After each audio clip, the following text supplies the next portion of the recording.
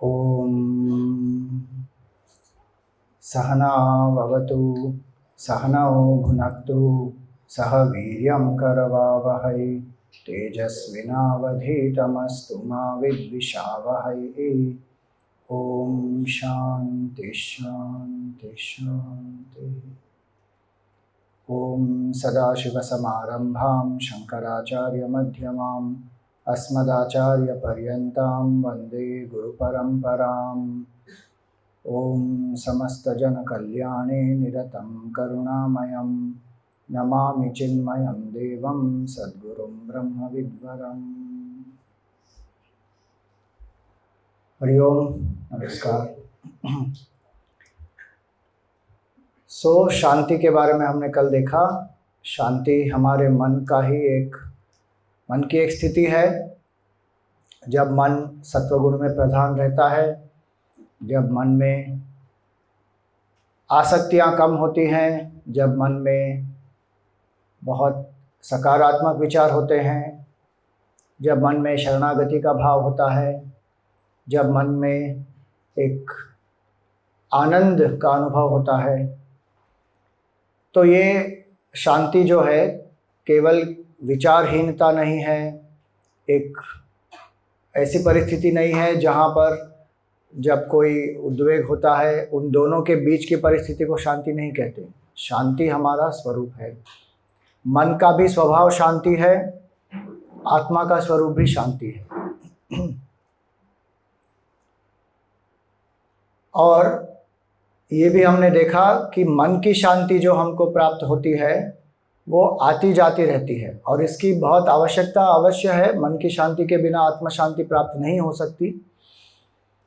आत्म शांति जो है वो है एक स्थायी स्वरूप है उसका।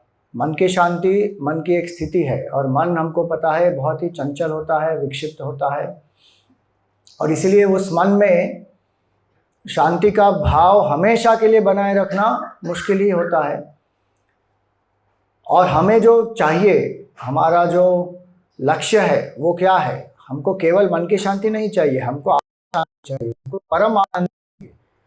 परम आनंद की प्राप्ति और आत्यंतिक दुख निवृत्ति, ये हमारे जीवन का लक्ष्य है। तो जो परम है, जो आनंद है, जो शाश्वत है, वो चंचल मन के द्वारा प्राप्त नहीं हो सकता। इसलिए कठोपनिषद में कहते हैं ध्रुवम अध्रुवेशु इह न प्रार्थयन्ते। जो ध्रुव है, जो नित्य है, हमें नित्य शांति की खोज है। नित्य आनंद और नित्य शांति एक होते हैं। हमको लगता है कि आनंद अलग चीज है और शांति अलग चीज है। नित्य आनंद और नित्य शांति एक है। हमारे मन में क्या धारणा होती है कि शांति का अर्थ होता है एकदम, व्यक्ति जब शांत होता है, कुछ काम नहीं करता, एकदम एक शून्य की अवस्था में बैठ जाता है, उसमें बहुत एकदम शीतलता है। और आनंद का हमारा जो एक डेफिनेशन है वो क्या है? एकदम उत्तेजना होनी चाहिए, एक्साइटमेंट होनी चाहिए, मज़ा होना चाहिए। लेकिन भगवद गीता में क्या कहते हैं भगवान? कि अशांतस्य कुतः सुखम। जो अशांत व्यक्ति है उसको सुख कहाँ से मिलेगा? शांति और सुख एक ही है, शांति और आनंद एक ही है। और इसलिए गुरुदेव कहते थे कि try being disturbed and being peaceful, try being disturbed and being happy, and try being unhappy and peaceful. हो पाएगा क्या? बीइंग डिस्टर्ब्ड, विक्षिप्त है मन, you are disturbed, you are not at peace, but you are very happy. Disturbed mind cannot be happy mind. And try being unhappy, दुखी हो जाओ लेकिन शांत रहो। दुख में शांति हो नहीं सकती। तो सुख और शांति एक ही चीज है, दो अलग चीजें नहीं हैं। जब मन शांत होता है उसी मन में सुख का अनुभव होता है, और वही मन जब शांत होता है निधिध्यासन के द्वारा परम आनंद को भी प्राप्त हो जाता है।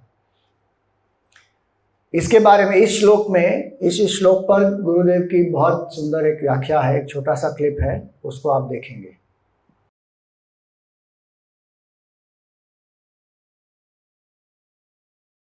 Such an individual who cannot steadily think and apply himself consistently in any field of endeavor, he knows no shanti, no peace. That is why everybody comes to Swamis and others and says, Swamiji, all that I want is, I don't want anything, I got everything, I got a loving husband, I got beautiful children, everything, but Swamiji, one thing I have not got it. What? Shanti. Peace. Swamiji, I am prostrating to you, give me a little peace.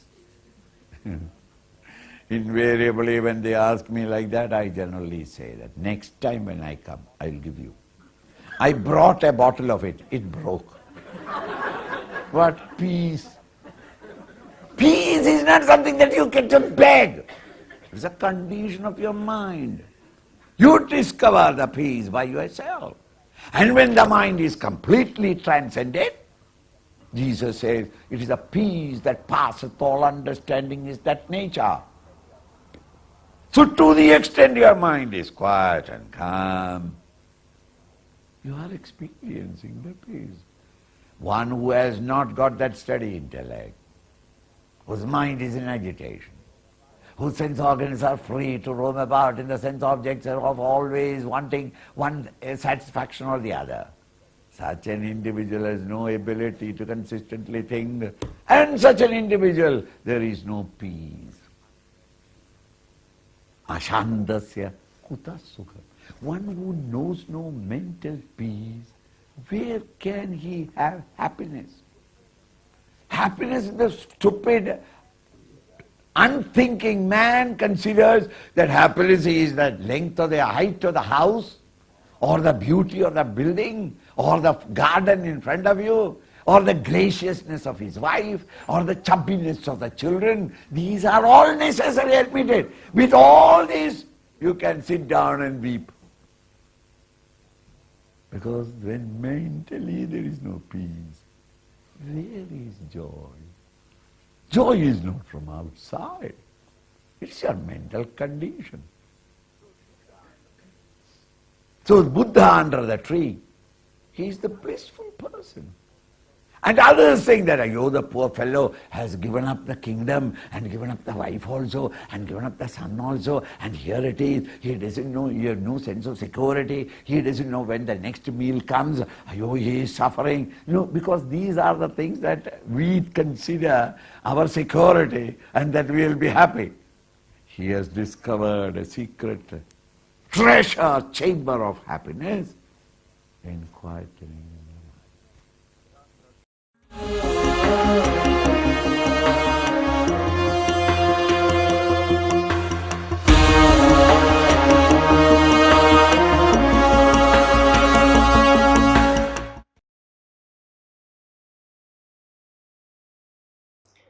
सो जैसे गुरुदेव ने कहा, सुख और शांति एक ही होते हैं, और जब तक हमारे मन में शांति नहीं है तो हमको सुख का भी अनुभव नहीं होता। तो अब ये सुख और शांति हम कैसे प्राप्त करें? सबसे पहली बात तो है कि हमको ज्ञान होना चाहिए कि सुख और शांति क्या है। तो कल और आज हमने उसके बारे में देखा कि सुख और शांति क्या है। दूसरा है कि हमको पता है कि शांत मन सुखी मन होता है, लेकिन उस मन को शांत कैसे करें? तो एक बहुत ही सुलभ उपाय है, और वो है मंत्र। अलग अलग प्रकार के मंत्र होते हैं। मंत्र का अर्थ क्या होता है? तो किसी ने बोला, Swami ji, mantra is a password, it is a password to log on to the reality. तो आज की मॉडर्न लैंग्वेज में ऐसे डेफिनेशंस आते हैं, मंत्र इज अ पासवर्ड। उपनिषद में क्या कहते हैं? मंत्र क्या होता है? मननात् इति मंत्रः, जिसके ऊपर मनन करने से मन अपने विकारों के परे चला जाता है, अपने विक्षिप्त के परे चला जाता है, उसको कहते हैं मंत्र। और जो मन को भवसागर के पार ले जाता है उसको कहते हैं मंत्र। मननात् त्रायते इति मंत्रः, मन तारयति इति मंत्रः। तो शांति मंत्र क्या होता है? जिस मंत्र पर मनन करने से व्यक्ति को शांति का अनुभव होता है, वो है शांति मंत्र। मंत्र तो अलग अलग प्रकार के होते हैं, जिसका जप किया जाता है ओम नमः शिवाय, मृत्युंजय मंत्र, दुर्गा देवी का मंत्र, गायत्री मंत्र, लक्ष्मी देवी का मंत्र, अलग अलग मंत्र होते हैं। जब भी मन में एक भय उत्पन्न होता है, कभी एंग्जाइटी होती है, कभी कोई स्ट्रेस होता है, उस समय मंत्र का जप करते करते करते मन को शांत हम कर सकते हैं। अगर मन में कोई उद्वेग उत्पन्न हो गया है तो मन को शांत कर सकते हैं मंत्र का जप करते करते। कुछ वैदिक मंत्र होते हैं, कुछ पुराणिक मंत्र होते हैं। कोई भी शब्द मंत्र नहीं बन सकता। मंत्र बनने के लिए एक उसका अधिकार होना चाहिए, उसके लिए एक देवता है, उसका एक छंद होता है, उसको एक विधि से उसका उच्चार किया जाता है, उसमें शक्ति होती है, बीज होता है, कीलकम होता है, वो उसको मंत्र कहते हैं। तो कोई भी शब्द अगर आप कहें कि कल से मैं जप करूंगा Swami ji piece piece piece piece, तो पीस को मंत्र नहीं कहते। आप पीस पीस पीस कर सकते हैं और आपका मन पीसेस हो सकता है उसमें, लेकिन कोई शब्द नहीं कर सकता। लेकिन जो मंत्र है वो साउंड वाइब्रेशन भी होता है। It is a potent sound, potent spiritual sound formula, उसको कहते हैं मंत्र। उपनिषद में जो मंत्र दिए गए हैं वो मंत्र, उस पर हमको मनन करना है, उसका हमें जप नहीं करना है। जप के लिए जो मंत्र होते हैं वो अलग होते हैं, जैसे मैंने कहा ओम है, गायत्री मंत्र, मृत्युंजय मंत्र, उन सब का जप करते रहना है। उसका अभ्यास करते करते करते मन एकाग्र हो जाएगा, मन शुद्ध हो जाएगा, मन शांत हो जाएगा। और बहुत सारे महात्माओं ने मंत्र जप के द्वारा ही अपनी सिद्धियां प्राप्त की हैं और परम तत्व को भी प्राप्त किया है। समर्थ रामदास जी जप करते थे श्री राम जय राम जय जय राम। गुरुदेव और विवेकानंद जी ओम नमः शिवाय का जप करते थे। ऐसे अलग अलग, जैसे भगवान राम का मंत्र है राम, तो कितने सारे भक्त हो गए जो केवल राम मंत्र का जप करते हैं। तो ये मंत्र जो हैं जप करने के लिए वो अलग मंत्र हैं, उसका तो बहुत महत्व है ही।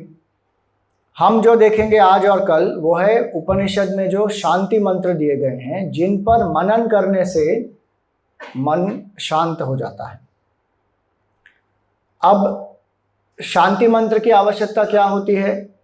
तो शांति मंत्र उपनिषद के अध्ययन के पूर्व हर एक वेद में एक शांति मंत्र तो मिनिमम मिलता है। एक से ज़्यादा भी हो सकते हैं, लेकिन एक तो अवश्य होगा उसमें।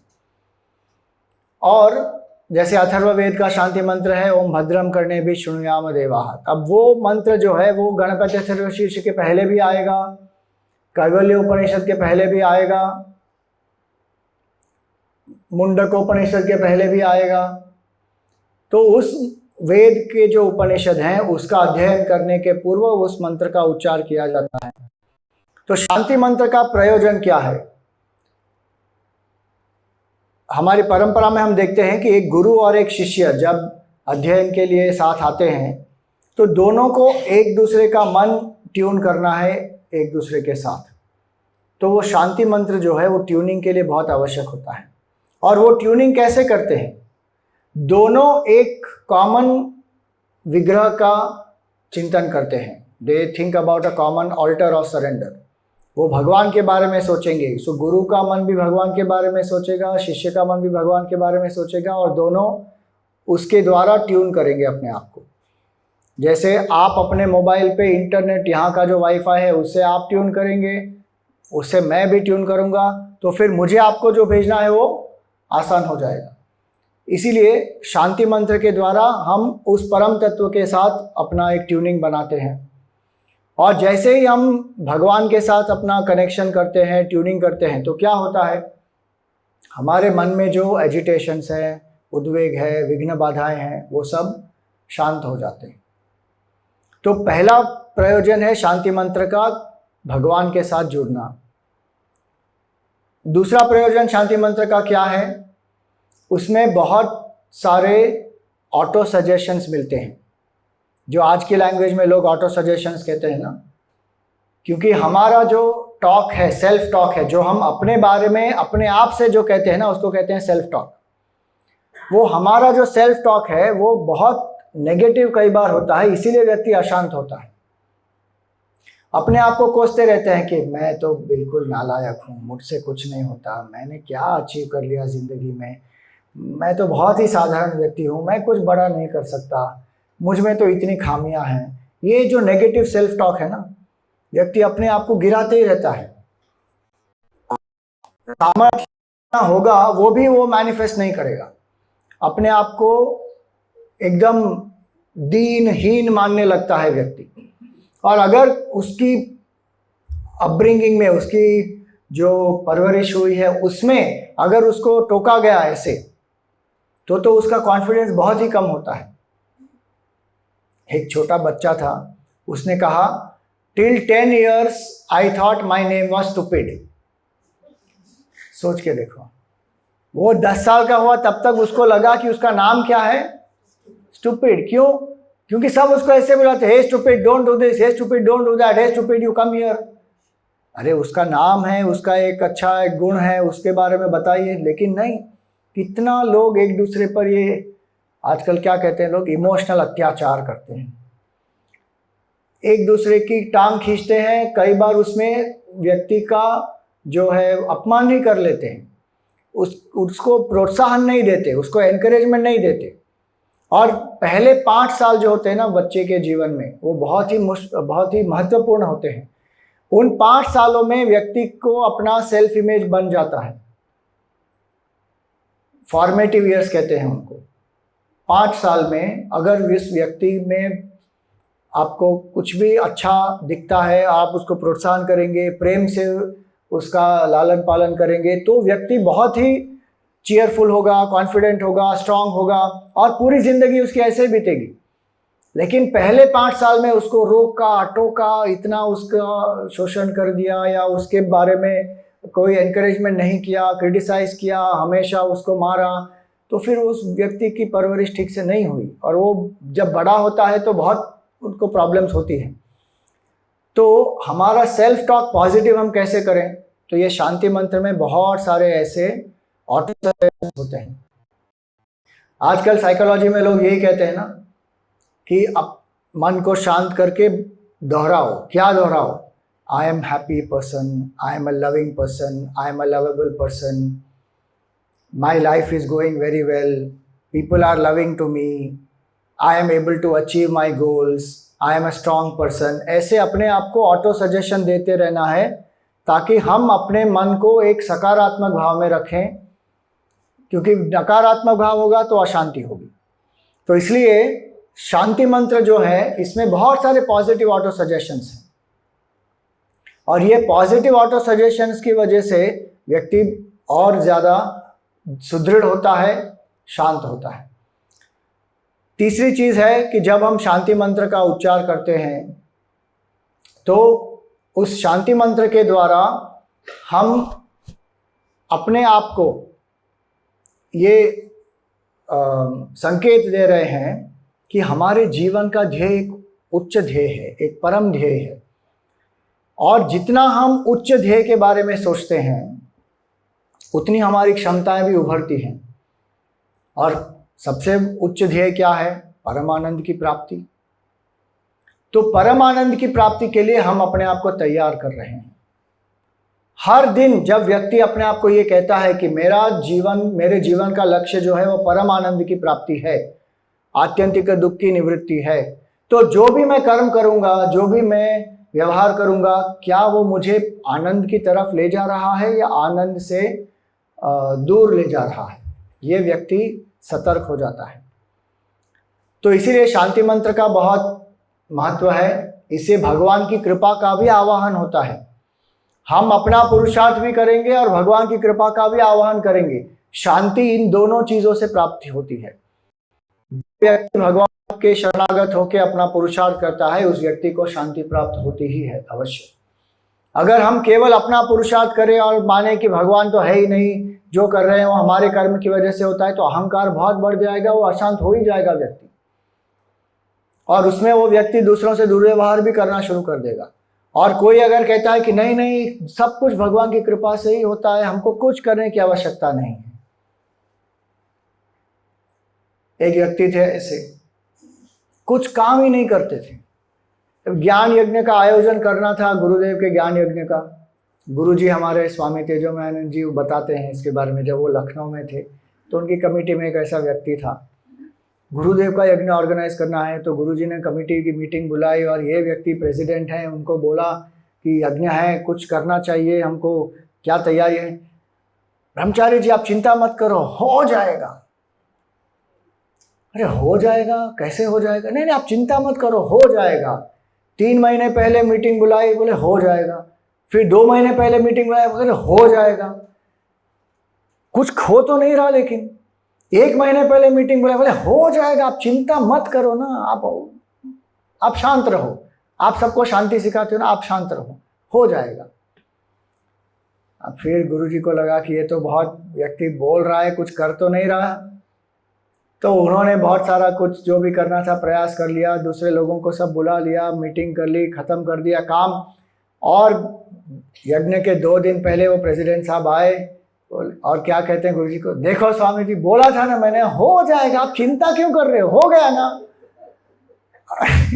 ऐसे थोड़ी होता है भाई कि हो जाएगा मतलब हो गया। उसके लिए कुछ करना पड़ता है ना। सिर्फ हवा में बोल रहे हैं हो जाएगा, तो ऐसे कैसे हो जाएगा? तो कोई व्यक्ति ऐसे होते हैं जो सिर्फ कहते हैं नहीं नहीं साहब हो जाएगा, तभी तो होगा। उद्यमेन हि सिद्ध्यन्ति सर्वै क्या कार्याणि न मनोरथैहि नहि सुप्तस्य सिंहस्य प्रविशन्ति मुखे मृगाः। अब शेर के मुंह में भी अगर बिल्ली आएगी, कैसे आएगी? कोई जानवर कैसे आएगा? वो सोता हुआ रहेगा तो आ जाएगी क्या? शेर को उठकर उसका शिकार करना पड़ेगा, तभी तो खा पाएगा वो। तो जीवन में अगर शांति चाहिए तो परिश्रम करना पड़ता है, ये बहुत ही महत्वपूर्ण है। मैं शांति शब्द की जो उत्पत्ति है उसके बारे में सोच रहा था। उसमें शम शब्द का अर्थ क्या होता है? एक अर्थ होता है शम शब्द का कि जो शांत हो जाता है, जो संयमित हो जाता है। लेकिन शांत शब्द का दूसरा अर्थ क्या होता है? शम शब्द का दूसरा अर्थ क्या होता है? परिश्रम करना, मेहनत करना। और शांति के लिए सबसे ज़्यादा मेहनत लगती है। शांति अपने आप नहीं आती, केवल उसके लिए परिश्रम करना पड़ता है, पुरुषार्थ करना पड़ता है, तब मन की शांति भी होती है और आत्म शांति भी प्राप्त होती है। तो आज हम क्या करेंगे, आज और कल उपनिषद का एक एक शांति मंत्र लेंगे, उस पर थोड़ा मनन करेंगे। तो आज का जो शांति मंत्र है वो है तैत्तिरीय आरण्यक से, तैत्तिरीय उपनिषद में जो आता है। लेकिन ये शांति मंत्र एक अनोखा शांति मंत्र है। ये उपनिषद के पहले उसका उच्चार नहीं होता, ये उपनिषद का ही एक भाग है। वो प्रेजेंटेशन जरा दिखाइए। ये है तैत्तिरीय उपनिषद के शिक्षावल्ली में बहुत सुंदर एक मंत्र है। इसका उसको आप दोहराइए मेरे बाद। ओम यश्छंदसां ऋषभो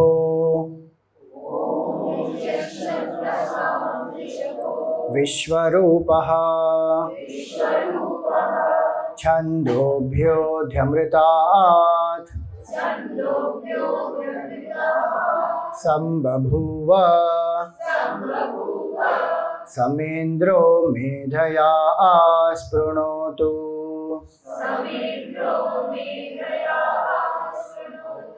अमृतस्य देवधारणो भूयासम्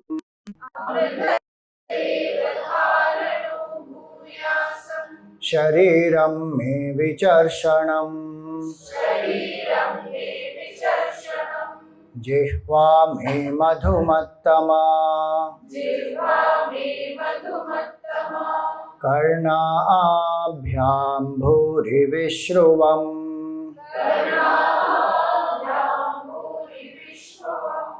ब्रह्मणः कोशोऽसि मेधया पिहितः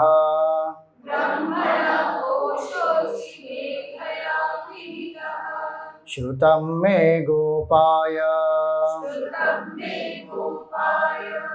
ओम शांति शांति शांति। तो ये मंत्र है। ये मंत्र किसके बारे में है? ये मंत्र ओम के बारे में है। यश छंदसाम ऋषभो, जो छंदों में, यहाँ पे छंद का अर्थ मीटर नहीं होता, यहाँ पे छंद का अर्थ होता है वेद। जो वेदों में सबसे श्रेष्ठ है, ऋषभ का अर्थ होता है श्रेष्ठ, अथवा ऋषभ का एक अर्थ होता है बैल जो होता है ना, उसको भी ऋषभ कहते हैं, लेकिन यहाँ पर सांकेतिक अर्थ क्या है? ऋषभ का अर्थ है श्रेष्ठ। जो वेदों में सबसे श्रेष्ठ है, यश छंदसाम ऋषभा। वेद मंत्र, वेद में जितने भी मंत्र हैं उन सभी मंत्रों का जो सार है वो है गायत्री मंत्र। गायत्री मंत्र का सार है 3 व्याहृति, भूः भुवः सुवः, और उसका सार है ओम। इसीलिए वेद में सबसे जो शक्तिशाली मंत्र है वो है ओम, और इसलिए ओम का उच्चार करते करते मन शांत होता है। केवल ओम का उच्चार करते करते। ओम से बड़ा मंत्र नहीं है, ओम से शक्तिशाली कोई मंत्र नहीं है। और ओम की उपासना के लिए उपनिषदों में तो बहुत कुछ दिया गया है। यदि छंतो ब्रह्मचर्यम चरंती तत्ते पदम संग्रहेण प्रवक्ष्ये। जिसकी उपासना के लिए लोग ब्रह्मचर्य का पालन करते हैं वो सबसे श्रेष्ठ आलंबन है। एतद आलंबनम श्रेष्ठम एतद आलंबनम परम एतद आलंबनम ज्ञात्वा यो यदिच्छसि तस्य तत्। इस ओमकार की उपासना करते करते व्यक्ति जो इच्छा को प्राप्त करना चाहता है वो प्राप्त कर सकता है। भौतिक इच्छाओं को भी प्राप्त कर सकता है, आध्यात्मिक ज्ञान को भी प्राप्त कर सकता है। यो यदिच्छसि कहा उपनिषद में। व्यक्ति को जो कुछ चाहिए वो सब ओमकार के द्वारा प्राप्त हो जाएगा। तो ओमकार क्या है? ओमकार केवल एक शब्द नहीं है, it is not an inert sound.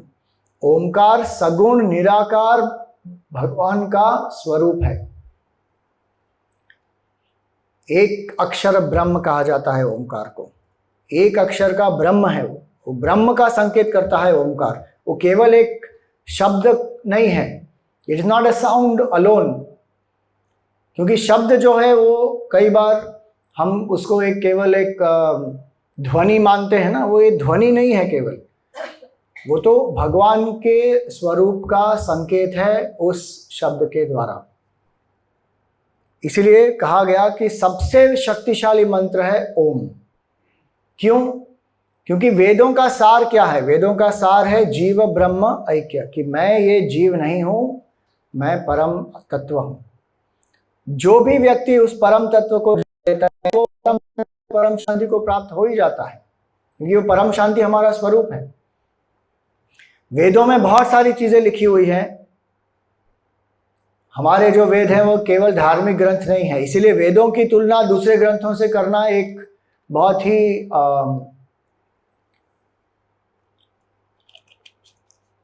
Unequal comparison है। क्योंकि हमारे वेदों में सब कुछ मिलता है। आयुर्वेद भी है, धनुर्वेद भी है, नाट्यशास्त्र भी है, संगीत भी है, कर्मकांड भी है, उपासना भी है, ध्यान भी है। वेदों में चौर विद्या भी है, चोरी कैसी करनी चाहिए वो भी लिखा है वेद में। सब कुछ है, क्योंकि वो मैन्युअल है ना लाइफ का, हर एक चीज दी गई है उसमें। तो वेद जो है उसका मुख्य प्रयोजन क्या है? वेद्यते नया इति वेदः, जिसके द्वारा हम जान सके। किसको जानेंगे? ब्रह्म को जानेंगे। शरीर को जानने के लिए भी हमको बहुत कुछ पढ़ना पड़ता है, मेडिकल साइंस ये वो, तब जाके पता चलता है कि शरीर में क्या क्या स्पेशलिटीज़ है, वो कैसे चलता है, उसमें क्या रोग हो सकते हैं, उसका निवारण कैसे हो। जो प्रत्यक्ष है उसको जानने के लिए इतना पढ़ना पड़ता है, जो अप्रत्यक्ष है उसको तो जानने के लिए और भी पढ़ना पड़ेगा।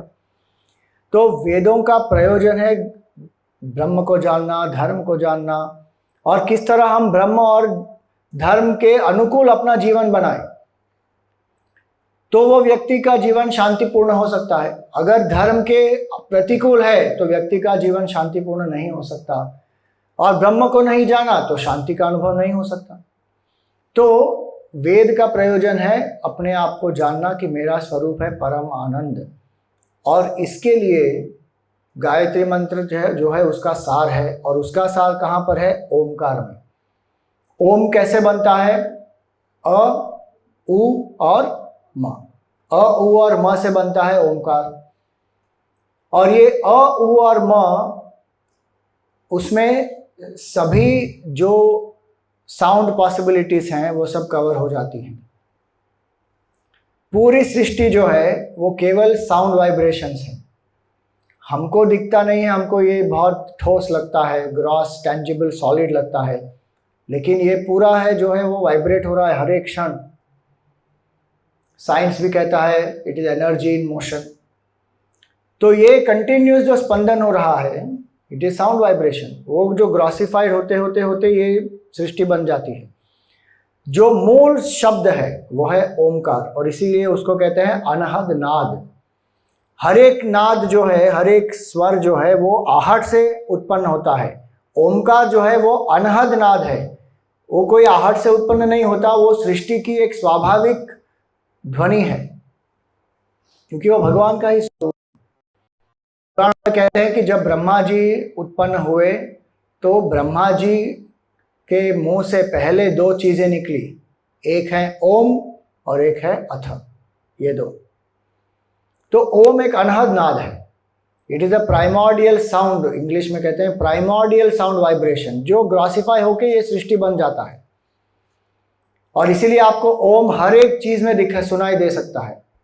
शंख के नाद में ओम सुनाई देगा, सागर की लहरों में ओम सुनाई देगा, पवन के बहने में ओम सुनाई देगा, बांसुरी में ओम सुनाई देगा, बच्चे के रुदन में, क्रंदन में ओम सुनाई देगा। हर एक जगह पे आपको ओम सुनाई देगा, क्योंकि ओम की ध्वनि सब जगह पर इट परवेड्स द होल क्रिएशन। उस ओम पर जब व्यक्ति मन को एकाग्र करता है तो मन स्वाभाविक रूप से शांत हो सकता है।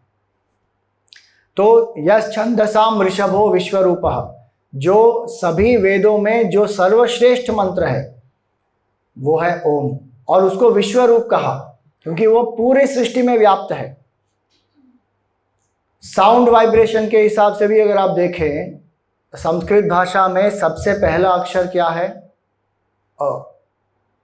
और वर्गीय व्यंजन का सबसे आखिरी अक्षर क्या है? म। प फ ब भ म।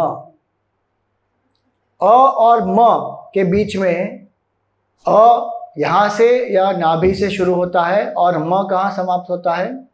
मुंह पे। जितनी भी साउंड पॉसिबिलिटीज हैं सभी इस अ, उ और म के बीच में आ जाती, और इसीलिए ओम जो है वो पूरी सृष्टि में व्याप्त है। दूसरी तरह से अगर हम देखें तो ओम क्या है? ओम बनता है अकार से। जो कुछ हम देखते हैं पूरी सृष्टि में, जितने भी रूप हैं, उनको हम नाम के द्वारा जानते हैं। नाम क्या होता है? शब्द होता है। शब्द क्या होते हैं? अक्षर होते हैं। और अक्षरों में सबसे महत्वपूर्ण अक्षर कौन सा है? अकार। अकार जो है वो हर एक व्यंजन में, स्वर में होता है। इसीलिए कहते हैं अकारो वै सर्वा वाक्। अकार ही अलग अलग रूपों में अलग अलग जो स्वर और व्यंजन है वो बन गया है। जैसे 1 नंबर है ना मैथमेटिक्स में 1, वो सभी नंबर्स में होता है कि नहीं होता? इसी तरह अकार सभी अल्फाबेट्स में होता है और सभी शब्द अल्फाबेट से बनते हैं, और इसीलिए ओमकार जो है वो अकार से बनता है, अ, उ और म।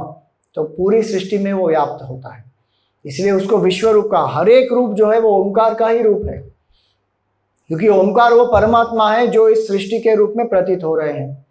तो यश छंदसाम ऋषभो विश्व रूपः। तो जब हम ओमकार का ध्यान करें तब हमारे मन में क्या भाव होना चाहिए? हम उस परम तत्व का ध्यान कर रहे हैं जो ओमकार के रूप में हमको सुनाई देता है, जिसका हम उच्चार करते हैं, जो ओमकार के रूप में पूरी सृष्टि में व्याप्त है। मांडुक्य उपनिषद में भी कहा यद भूतम भवत भविष्यत तत्सर्वम ओमकार एव। सब जो हुआ है सृष्टि में, जो अभी है और जो आने वाला है, वो सब कुछ क्या है? केवल ओमकार ही है। ओमकार क्या है? वो परम तत्व है। तो परम तत्व ही केवल हमारे सामने प्रतीत हो रहा है। तो ये भाव से ओमकार का उच्चार करना चाहिए। यस छंदसाम ऋषभो विश्वरूपः। ओमकार जो है वो सगुण निराकार उपासना है। ओमकार का कोई रूप नहीं है, लेकिन जो रूप बता दिया गया है ना, वो किसी ऋषि की प्रज्ञा से बताया है किसी ऋषि ने।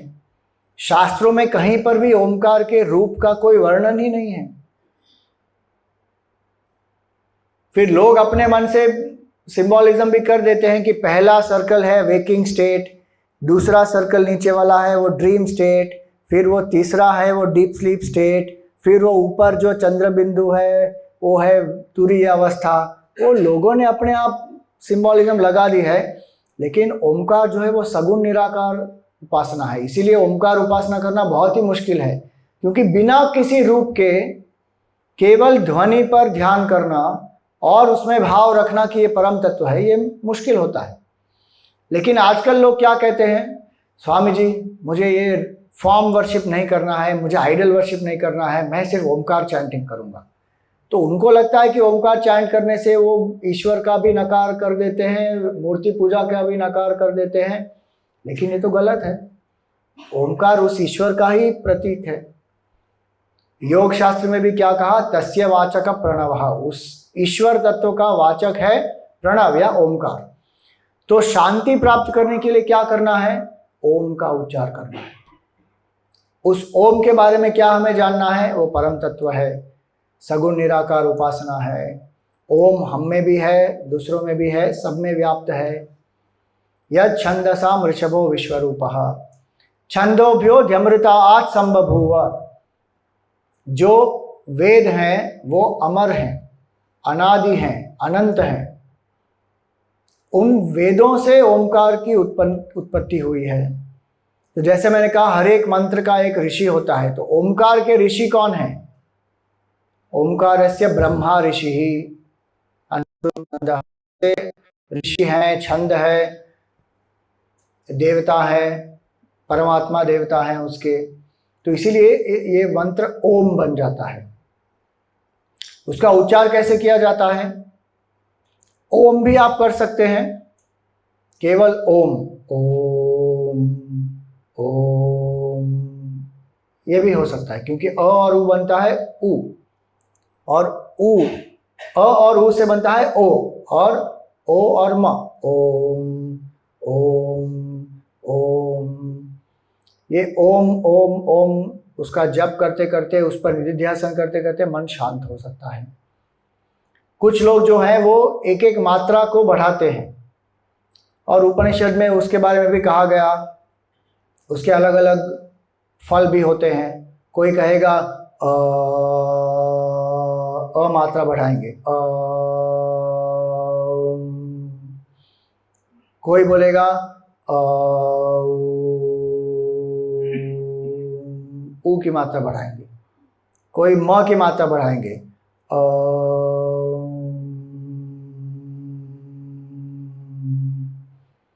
कोई तीनों समान मात्रा भी रखेंगे,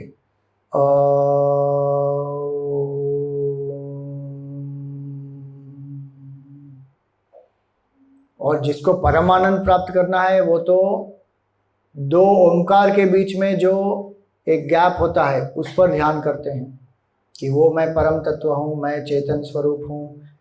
ये जो शब्द आ रहा है, ये जो विचार आ रहा है, ये मुझ में उत्पन्न होता है, मैं चैतन्य स्वरूप आत्मा हूँ। तो उस पर निधिध्यासन करते करते परम शांति, परमानंद को प्राप्त होते हैं।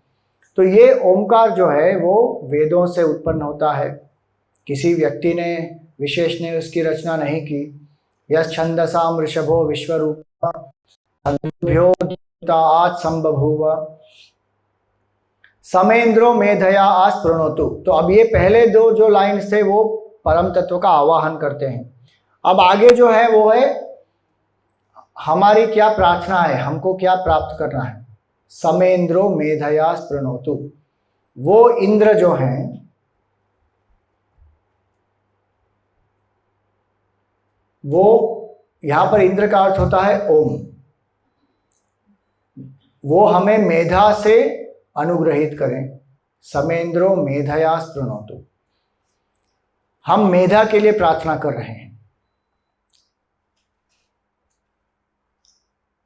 बैठ जाओ आप लोग, कुछ मत करो। ठंडी है तो ठंडी है, गर्मी है तो गर्मी है, कोई फर्क नहीं पड़ने वाला। ध्यान सत्संग में रखो।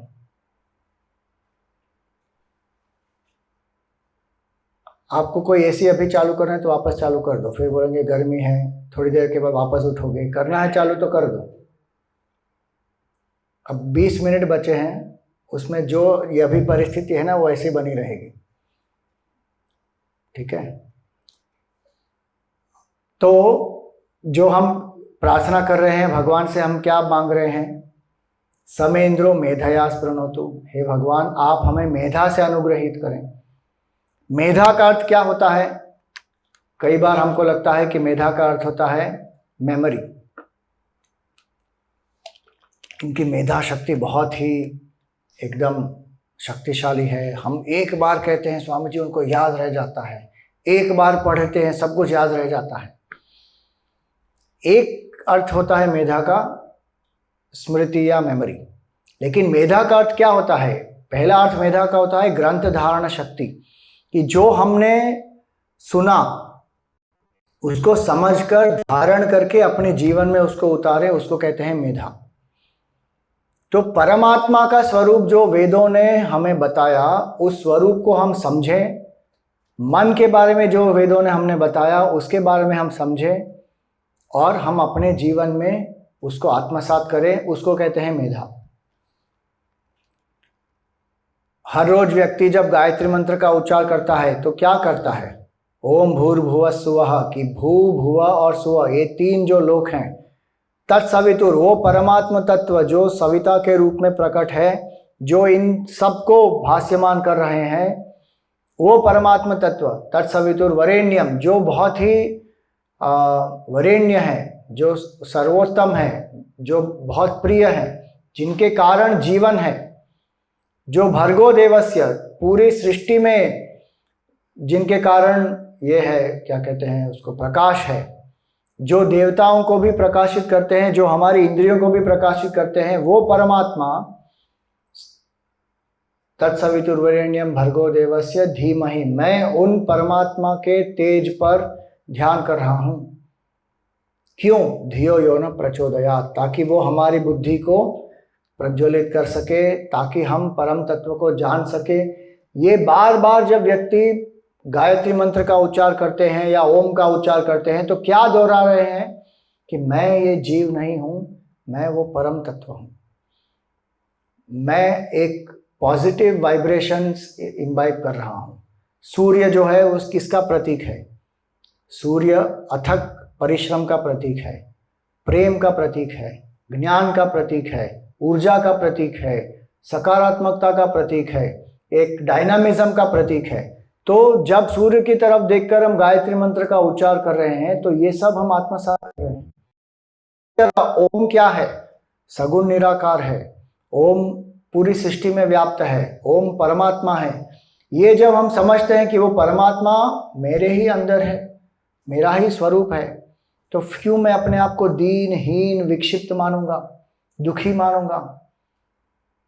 जिसको ये आत्मज्ञान हो गया वो निर्भय हो जाता है, अभय प्रतिष्ठाम विंदते, वो परम आनंद को प्राप्त हो जाता है। और इसीलिए भगवान गीता में कहते हैं उद्धरेद आत्मना आत्मानम, अपने आप को ऊपर उठाओ हर क्षण, कभी नीचे मत गिराओ। न आत्मानम अवसादयेत। अगर कोई ये सोचता है कि अगर कोई बिलियनर का बेटा है लेकिन उसको वो पता नहीं है और वो सोचता है कि मैं तो बहुत गरीब हूँ, मेरे पास तो कुछ पैसे नहीं हैं, और वो सब जगह जाकर भीख मांगता है कि अरे भगवान के नाम पर पैसा दे दे भैया, तो लोग क्या कहेंगे कि अरे तुम कौन हो, अपने आप को पहचानो, तुम इतने बड़े खरबपति के बेटे हो। इसी तरह जीव क्या है? ममैवांशो जीवलोके जीवभूता सनातनः, कि जीव ब्रह्म का ही अंश है और हम वो भूल गए हैं। और जब हम वो भूल गए हैं तो सबसे मांग रहे हैं, अरे मुझे शांति दे दो, मुझे प्यार दे दो, मुझे आनंद दे दो, मुझे सुख दे दो। तो ये जो व्यक्ति समझता है कि शास्त्रों का संकेत कहाँ पर है कि हमारा मन, ओम नमः शिवाय, ओम नमः शिवाय,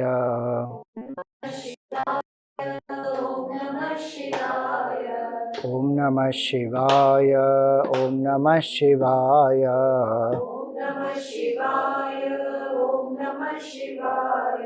ओम नमः शिवाय, ओम नमः शिवाय,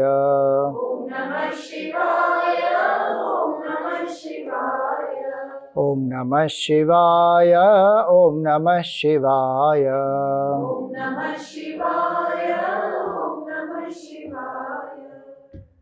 तो व्यक्ति जब ये समझ जाता है कि हमारा स्वरूप परमानंद है, तो उस समझ को कहते हैं मेधा, ग्रंथ धारण शक्ति।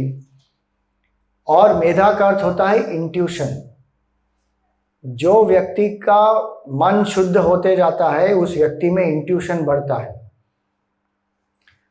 हेड और हार्ट जब साथ आते हैं ना, उसको कहते हैं इंट्यूशन। सूक्ष्म बुद्धि और शुद्ध मन जब साथ आता है उसको कहते हैं मेधा। इंट्यूटिवली हम परम तत्व को जान सकते हैं, इंट्यूटिवली हम मन को शांत कर सकते हैं, इंट्यूटिवली हम समझ सकते हैं कि मेरे उद्वेग का कारण क्या है, मेरे जो मन में एजिटेशन है उसका कारण क्या है, और उसको हम उसका निवारण कर सकते हैं। तो इंट्यूशन एक बहुत शक्तिशाली एक साधन है। लॉजिक से भी ज़्यादा पावरफुल होता है इंट्यूशन, इमोशन से भी पावरफुल होता है इंट्यूशन। और जिस व्यक्ति में इंट्यूटिव कैपेबिलिटीज जाग जाती है ना, उस व्यक्ति में शांति का अनुभव उसको हर एक क्षण होते ही रहता है।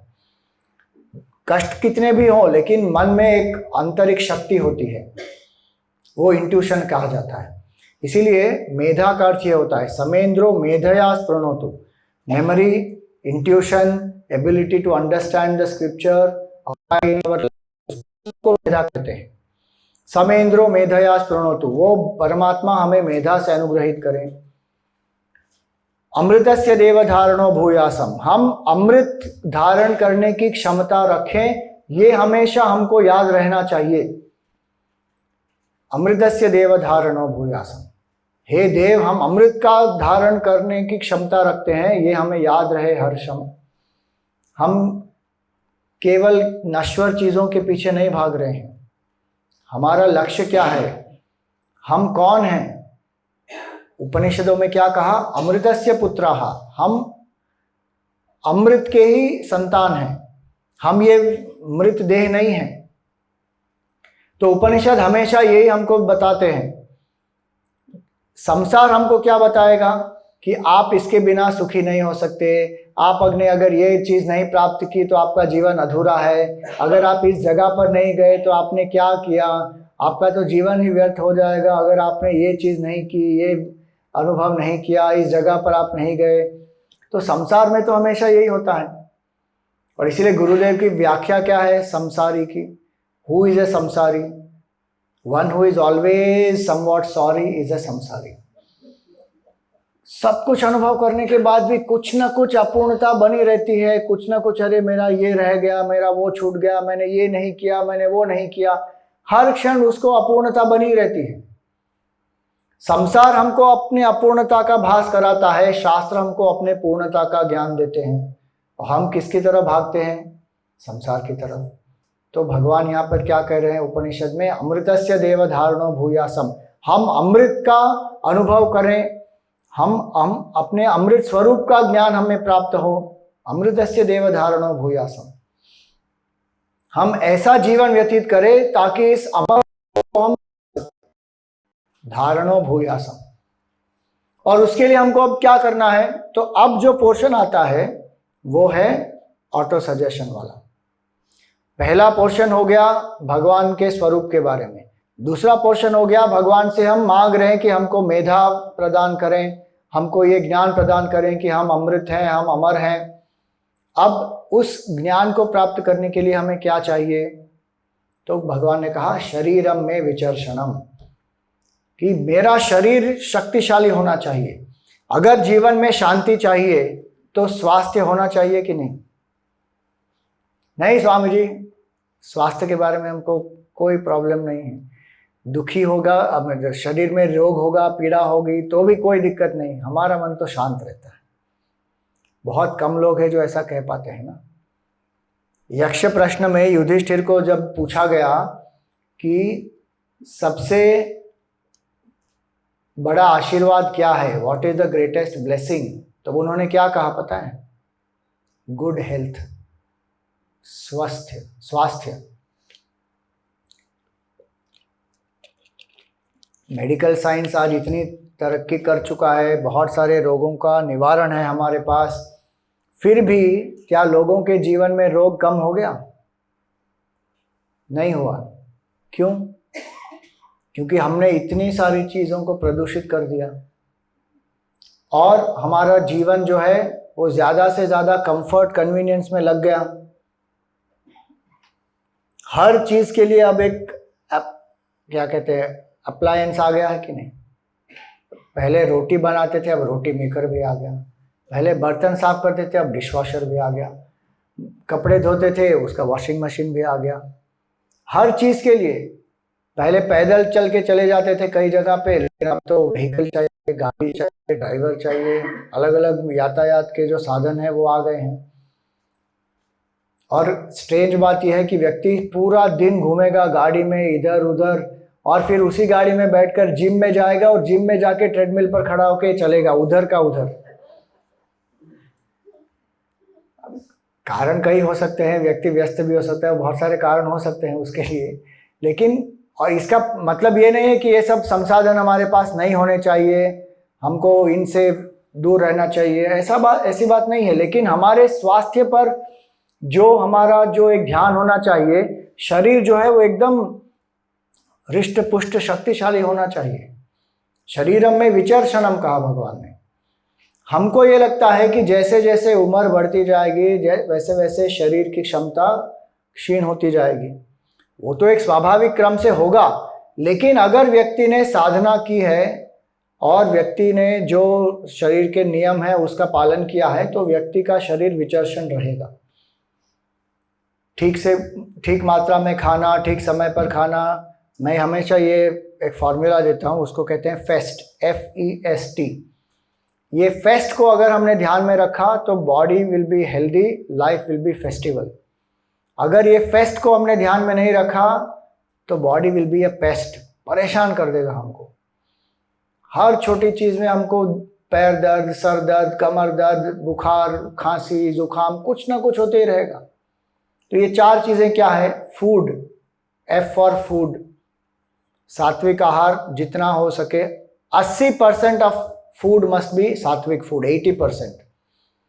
बाकी 20% थोड़ा इधर उधर आपने खा लिया, वो तो स्वाभाविक होने वाला है, चाट खा लिया, कोई जंक फूड खा लिया, कुछ कर लिया, ठीक है। 20% is all right, 80% should be सात्विक फूड। सीमित मात्रा में, समय समय पर, और सनराइज और सनसेट के बीच में जितना मैक्सिमम खा सकते हैं उसके बीच में ही खाना चाहिए। सनसेट के बाद जितना कम खाएं उतना बेहतर है, क्योंकि हमारी जो जठराग्नि है ना वो सूर्य के हिसाब से चलती है। आज ये मॉडर्न साइंस में ये सब लोग कह रहे हैं, ये हमारे शास्त्रों में बहुत साल पहले, आयुर्वेद में तो कब का कह दिया है। तो food, right time, right quantity and with the right attitude. खाते समय प्रसन्न मन से खाएं, बनाते समय भी प्रसन्नता से बनाएं, खाते समय तो प्रसन्नता से खाएं, बैठकर खाएं और चबा चबा कर खाएं। So food. फिर exercise, E for exercise. 20 minute तो एक्सरसाइज होनी चाहिए जीवन में, एक दिन में मिनिमम। 5 दिन हफ्ते में एक्सरसाइज कुछ ना कुछ करनी ही चाहिए। सूर्य नमस्कार one of the best methods. सुबह उठकर सूर्य भगवान का वंदन करें, सूर्य नमस्कार मंत्र के साथ 12 सूर्य नमस्कार ठीक से करें। हर एक आसन में कुछ क्षण के लिए रहें। सिर्फ 12 सूर्य नमस्कार करने होते हैं, बराबर उस आसन में कुछ क्षण के लिए स्थिरम सुखम आसनम। लोग क्या करते हैं, स्वामी जी आई डू 100 सूर्य नमस्कार, 200 सूर्य नमस्कार। अरे कौन बोल रहा है इतना करने को भाई? नहीं नहीं वेट लॉस करना है, अरे 12 सूर्य नमस्कार से ज़्यादा वेट लॉस होगा आपका कंपेयर टू 100, क्योंकि उस आसन में आपको बने रहना है और ब्रीदिंग पर फोकस रखना है, और उसमें बर्निंग भी ज़्यादा होगा। लेकिन वो लोग समझते नहीं, फटाफट करते रहते हैं। सो कोई भी फॉर्म ऑफ एक्सरसाइज, सूर्य नमस्कार एक चीज़ है, वॉकिंग करो, जुम्बा करो, एरोबिक्स करो, लेकिन उस एक्सरसाइज में एक बहुत महत्वपूर्ण बात यह है कि कार्डियो एक्सरसाइज अलग होती है, स्ट्रेंथ ट्रेनिंग अलग होती है, दोनों करना है। हमको ये कोई सिखाता नहीं। कार्डियो एक्सरसाइज जो है ना वो केवल हार्ट रेट ऊपर करती है, लेकिन स्ट्रेंथ ट्रेनिंग जो है वो उसके कारण मसल्स बिल्ड होते हैं और मेटाबॉलिक सिस्टम ज़्यादा स्ट्रांग रहता है। तो ये दोनों करना होता है, फूड, फिर एक्सरसाइज, फिर स्लीप। 7 से 8 घंटे तो अवश्य नींद चाहिए ही चाहिए व्यक्ति को, 5 घंटे, 6 घंटे। और स्लीप और मेमोरी का बहुत बड़ा कनेक्शन है। लोगों को लगता है मैं ज़्यादा सोऊंगा तो भूल जाऊंगा, इसीलिए एग्जाम के टाइम जो स्टूडेंट्स होते हैं ना सोते नहीं हैं, बोले मैं सो जाऊंगा तो भूल जाऊंगा, मुझे याद रखना है, याद रखना है। ये उल्टा होता है एग्जैक्ट, क्योंकि जब हम सोते हैं तो मेमोरी रीऑर्गेनाइज होती है ठीक से, एसिमुलेट होती है ठीक से, एम्प्टी हो जाती है, जो चीज़ें नहीं चाहिए डे टू डे एक्सपीरियंसेस में जो भी होता है मन में वो सब एम्प्टी आउट हो जाता है, और memory power increases with proper sleep. मैं लेजीनेस की बात नहीं कर रहा हूँ। कल जाके सुबह को आप 9 बजे उठेंगे तो मम्मी को ये नहीं बोलना कि स्वामी जी ने बोला 8 घंटे सोना है, मैं कल सोया था 1 बजे तो मैं तो 9 बजे उठूंगा। ठीक समय पे सोना है। 10 बजे के पहले जो सोता है वो अति उत्तम है। रात को 10 बजे और 12 बजे के बीच में जो 2 घंटे हैं वो 2 घंटे क्लॉकवाइज 2 घंटे हैं, लेकिन उसका बेनिफिट 4 घंटे का मिलता है। The earlier we sleep the better it is. 1 बजे सोते हैं, 2 बजे सोते हैं, आप मेडिकली देख लो, इतने सारे हार्मोन्स जो होते हैं ना वो रात को एक स्पेसिफिक टाइम में ही रिलीज होते हैं, और उस समय अगर आप नहीं सो रहे हैं तो उस समय फिर वो रिलीज नहीं होंगे और बॉडी में बहुत सारी परेशानियां हो जाती हैं उसके बाद। ये मेलाटोनिन भी जो है ना वो स्लीप वो बराबर सेक्रेट होता है एक पर्टिकुलर टाइम पे। अगर उस समय आप सो नहीं रहे हैं तो फिर वो सेक्रेशन ठीक से होता नहीं, तो व्यक्ति को नींद आने में बहुत परेशानी होती है और क्वालिटी ऑफ स्लीप भी बिगड़ जाती है। तो शरीर को पुष्ट रखना है तो ये सब जो शरीर का धर्म है उसका पालन करना है। फूड, एक्सरसाइज, स्लीप, 10 बजे और 4 बजे के बीच में सोना ही होना चाहिए। 6 आवर्स अगर आप सोएंगे तो आपको 8 घंटे का बेनिफिट मिलेगा। So it is not necessary only to sleep 8 hours clockwise, it is important to sleep at the right time. ब्रह्म मुहूर्त में व्यक्ति अगर उठ जाता है तो उनके सेहत के लिए अच्छा है, उसके लिए सोना चाहिए पहले। सो फूड, एक्सरसाइज, स्लीप और T for training the senses. जैसे गुरुदेव ने कहा ना कि जिसकी सेंसेस कंट्रोल में नहीं है तो उसका मन शांत नहीं हो सकता। सेंसेस को ट्रेन करना पड़ता है, उसको सात्विक इनपुट्स देने पड़ते हैं। कुछ भी देखा, कुछ भी सुना, कुछ भी बोल दिया, उससे नहीं हो सकता मन शांत। अगर शांत चीजें देखी हमने तो मन शांत होगा। अगर क्रोध देखा, वायलेंस देखा, वल्गैरिटी देखी तो फिर मन अशांति होगा। कंप्यूटर में ना एक टर्मिनोलॉजी है, उसको कहते हैं GIGO। GIGO मतलब क्या? गार्बेज इन, गार्बेज आउट। वो कंप्यूटर का टर्मिनोलॉजी है। तो हमारे लिए क्या होता है? Good inputs in, good output, good in, good out. तो सेंस कंट्रोल बहुत आवश्यक है। ये 4 चीजें अगर हम करेंगे, शरीरम में विचर्षणम। और शरीर क्यों इतना शक्तिशाली और तंदुरुस्त होना चाहिए? क्योंकि मुझे अमृतस्य देवधारणो भूयासम, मुझे साधना करनी है, मुझे अमृतत्व को प्राप्त करना है, वो मेरा लक्ष्य है। शरीर में विचर्षणम। और मुझे सेवा भी करनी है, भगवान की सेवा करनी है, परिवार की सेवा करनी है, देश की सेवा करनी है। अगर हम शारीरिक रूप से स्वस्थ नहीं रहेंगे तो लोगों को हमारी सेवा करनी पड़ेगी। और आजकल इतने सारे युवक होते हैं जो युवावस्था में ही उनकी हालत ऐसी है कि वो क्या करेंगे बड़े होके पता नहीं।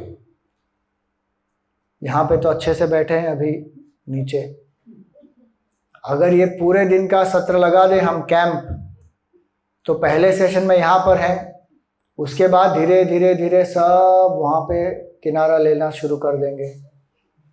इसलिए आजकल हमको यूथ कैंप में भी चेयर्स देनी पड़ती हैं। पहले हम यूथ कैंप में कभी चेयर नहीं देते थे।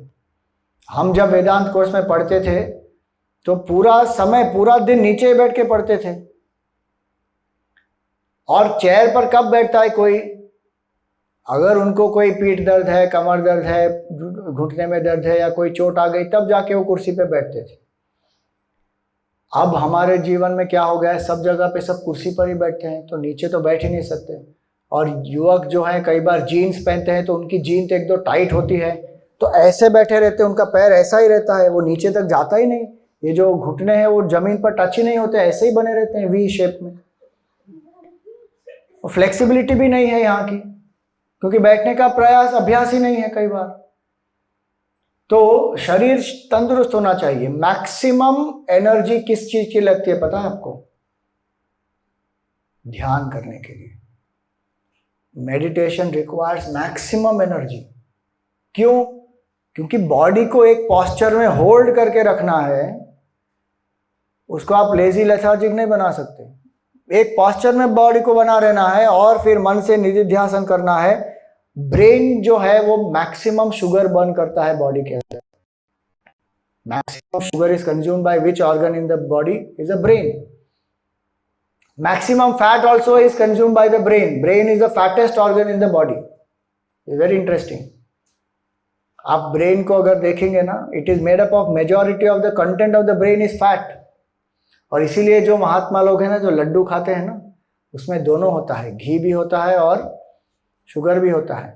और उनको वो बहुत कभी कभी क्रेविंग होती है। क्यों? क्योंकि इतना निधिध्यासन कर रहे हैं, विचार कर रहे हैं कि शुगर बर्न होते ही जाता है। और कई बार वो एक्सरसाइज नहीं करते, इसीलिए फिर एब्डोमिनल फैट भी बढ़ जाता है। लेकिन maximum energy is required for meditation, to sit still, to sit quietly for a long period, to contemplate, to think creatively. और इसीलिए एक साधक की यही प्रार्थना है कि मेरा शरीर जो है वो स्वस्थ होना चाहिए।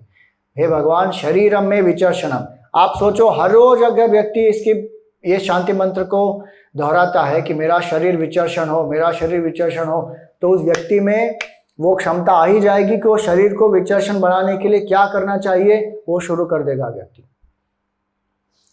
शरीरम में विचर्षणम। जिह्वा में मधुमत्तमा। मेरी वाणी जो है वो मधुर वाणी होनी चाहिए।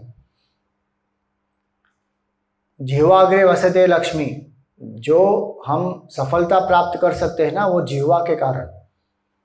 सक्सेस है, सेल्स है, बहुत सारी चीज़ें हैं। किसी को आइडिया में कन्विंस करना है, किसी को आपका प्रोजेक्ट लेने के लिए कन्विंस करना है, तो उसके लिए क्या चाहिए? वाक शक्ति चाहिए, कन्विक्शन चाहिए और एक्सप्रेशन चाहिए, दोनों चाहिए। केवल कन्विक्शन है और एक्सप्रेशन नहीं है तो आप समझा नहीं पाएंगे। किसी को अपना प्यार भी जताना है तो बोलना पड़ेगा ना। क्या समझ में आ जाएगा सबको कि आप प्यार करते हैं? कुछ लोग ऐसे होते, बोले 30 साल हो गए तुमको अभी भी बोलना पड़ता है आई लव यू। समझ जाओ ना, पता है ना तुमको आई लव यू, बस। अरे बट उनको सुनना है, बता। We take many people for granted. तो जिह्वा जो है मधुमत्तमा। जिह्वाग्रे वसते लक्ष्मी। जिह्वाग्रे मित्र बांधवा। हमारी सभी मित्र, बंधु है, फैमिली है, वो सब हमारी जिह्वा के अग्रभाग पर ही बसते हैं। क्यों? क्योंकि प्रेम से बात करेंगे तो सब अच्छा व्यवहार करेंगे। कटु व्यवहार होगा, कटु बात करेंगे तो सब भाग जाएंगे। जैसे ही व्यक्ति आएगा वहां से, ये क्या करेंगे? अरे भागो। उनके तो साथ, उनका तो क्या कहते हैं, I don't want even to meet that person. जिह्वाग्रे मित्र बांधवा। जिह्वाग्रे अमृतम चैव, जिह्वाग्रे मरणम ध्रुवम। वाणी के द्वारा अमृतत्व को भी प्राप्त हो सकते हैं, और अगर वाणी ठीक नहीं हुई तो क्या होगा? मृत्यु भी प्राप्त हो सकती है। कितने लोग जो हैं वो, उनके ऊपर केस चल जाता है। क्यों? कुछ बोल दिया उन्होंने वाणी से जो ठीक नहीं था। तो जिह्वा में मधुमत्तमा। कर्णाभ्याम भूरि विश्रुवम। अपने कर्णों से मैं ज्यादा से ज्यादा सुन सकूं। आज सबसे बड़ी एक क्राइसिस क्या है पता है आपको? लोग सुनना ही नहीं चाहते एक दूसरे को। हर एक व्यक्ति बोलना चाहता है, कोई दूसरे को सुनना नहीं चाहता। हर एक व्यक्ति एक दूसरे के ऊपर अपने आप को थोपना चाहते हैं। और इसीलिए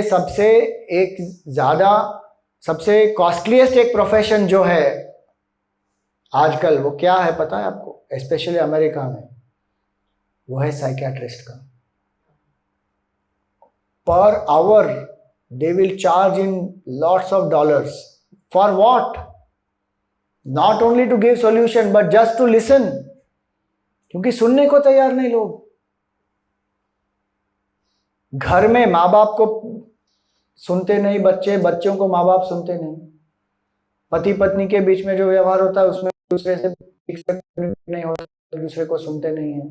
कस्टमर और उसका फीडबैक जो है वो कंपनी सुनती नहीं है। जितने प्रोडक्ट इनोवेशंस होते हैं ना, उसमें से 70% of product innovations come when the customers feedback is taken and the company listens to the customer. फटाफट पता चलता है उनको कि क्या चाहिए कस्टमर को। एम्प्लॉयर एम्प्लॉय में जो रिलेशनशिप होती है वो बढ़ जाती है जब employees and employers listen to each other. People don't listen. भगवान ने हमको 2 कान दिए और 1 मुंह दिया, लेकिन हम 2 मुंह का काम कर रहे हैं और 1 कान का भी काम नहीं कर रहे। सुनना पड़ेगा। कर्णाभ्याम भूरि विश्वम, ज्यादा से ज्यादा सुने हम। Listening is an expression of love, पता है आपको? अगर किसी को आप अपना समय देते हैं और उनके बारे में उनको आप सुनते हैं, that itself is an expression of love. आपको और कुछ करने की आवश्यकता नहीं है। और अध्यात्म शास्त्र में श्रवण का क्या महत्व है? जितना हम श्रवण करेंगे एकाग्र मन से, उतना हम ज्ञान को पचा पाएंगे। वेदांत में तो ये कहा कि मन जब शुद्ध होता है तो व्यक्ति परम आनंद को उसी क्षण प्राप्त हो जाता है। श्रवणम मात्रेण ज्ञानम भवति। उपनिषद में जो नचिकेता हैं, ऐसे जो उत्तम अधिकारी हैं, उनको तो जैसे ही गुरु ने ज्ञान दिया उसी समय उसी क्षण आत्मज्ञान हो गया। उनको जाकर मनन निधिध्यासन करने की आवश्यकता नहीं है। क्यों? एकाग्र चित्त से सदगुरु का श्रवण जब किया, महावाक्य का श्रवण किया सदगुरु के मुखारविंद से, उसी समय ज्ञान हो जाता है। हो गया काम उनका। कर्णाभ्याम भूरि विश्रुवम। और कैसे सुनना चाहिए? पूरी बात को सुननी चाहिए। हम क्या सुनते हैं? जो हमको सुनना है ना, वही हम सुनते हैं। और कई बार हम प्रवचन में आते हैं और इशारा करते थे, देखो ये तुम्हारे लिए, ये जो कहा ना, ये तुम्हारे पर ही एप्लीकेबल है। क्योंकि वो सेलेक्टिव लिसनिंग हम करते हैं कई बार। It has to be factual listening, not filtered listening. So कर्णाभ्याम भूरि विश्रुवम, हम ज्यादा से ज्यादा सुने, धर्म के ग्रंथों को सुने, ब्रह्म के विचारों को सुने, अलग अलग चीजों को सुने और अपने ज्ञान की वृद्धि करते रहें। और एक ओपन माइंड से सुने, क्लोज्ड माइंड से नहीं। ये सब बहुत सारी अच्छी क्वालिटीज हैं जो हर रोज हम अपने आप को बताते हैं कि may my body be strong, may my speech be sweet, may I listen to more and मोर।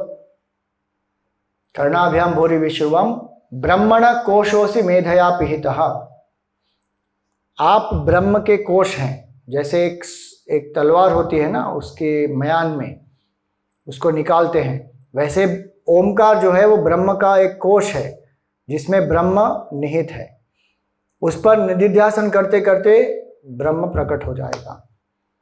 ब्रह्मण कोशोसि मेधया पिहितः। लेकिन मेरी जो लौकिक मेधा है, मेरी जो लौकिक आसक्तियां हैं, उससे वो पूर्ण रूप से ढक गई है। ओमकार जो है वो पूरा ढक गया है, सर्वव्याप्त है, सब जगह पर है, बाहर है, अंदर है, लेकिन मुझे उसका अनुभव क्यों नहीं हो रहा? क्योंकि मेरा मन बहिर्मुख हो गया है। I have become extroverted. तो उस मन को आप अंतर्मुख करें। ब्रह्मण कोशोसि मेधया पिहितः श्रुतम में गोपाय। जो भी मैंने सुना है उसको आप सुरक्षित रखें। श्रुतम में गोपाय, क्योंकि जो हमने सुना है ना, वो अगर सुरक्षित होगा, उस पर हम मनन करेंगे तो फिर आत्मसात हो सकता है।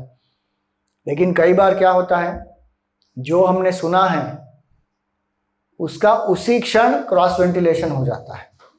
यहाँ से अंदर गया और यहाँ से बाहर।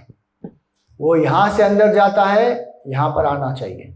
और भगवान को ये प्रार्थना है कि जो भी मैंने सुना है उसको आप सुरक्षित रखिए। हमारा मन इतना बहिर्मुख नहीं होना चाहिए। इसीलिए गुरुदेव क्या कहते थे, सुबह जब उनका प्रवचन हो जाता था तो वो कहते थे कि 10-15 मिनट तक किसी से बात मत करो, जो सुना है उस पर मनन करो, उसको आत्मसात करो, उसके बाद लोगों के साथ व्यवहार शुरू करो। तो जो सुना है उसमें से अगर 3-4-5 पॉइंट भी अगर हमने अपना लिए तो हमारा जीवन परिवर्तित हो जाएगा उसी क्षण। सो श्रुतम में गोपाय। ओम शांति शांति शांति। 3 बार शांति क्यों कहते हैं? आदि भौतिक विघ्न होते हैं, आदि दैविक विघ्न होते हैं, जैसे बारिश है, भूकंप है इत्यादि। आदि भौतिक विघ्न होते हैं जो दूसरे जीव जंतुओं के कारण हमको विघ्न होते हैं, और आध्यात्मिक विघ्न होते हैं। इन तीनों से हमें जो भी विघ्न बाधाएं हैं अगर वो शांत हो जाएं तो स्वाभाविक रूप से हमको शांति का अनुभव हो जाएगा। तो ये जो शांति मंत्र है इसका उच्चार करते करते ओम पर हमारा ध्यान होना चाहिए, और हर एक लाइन जो है उसका अर्थ समझकर जब हम इसका उच्चार करते हैं तो एक अभ्यास के द्वारा मन शांत हो जाएगा और व्यक्ति को आत्मा का आनंद भी अनुभव हो सकता है। तो ये पहला एक शांति मंत्र हमने देखा। कल एक दूसरा शांति मंत्र भी हम देखेंगे। ओम पूर्णमद पूर्णमिदं पूर्णात् पूर्णमुदच्यते पूर्णस्य पूर्णमादाय पूर्णमेवावशिष्यते। ओम शांति शांति शांति। हरि ओम। श्री गुरुभ्यो नमः। हरि ओम।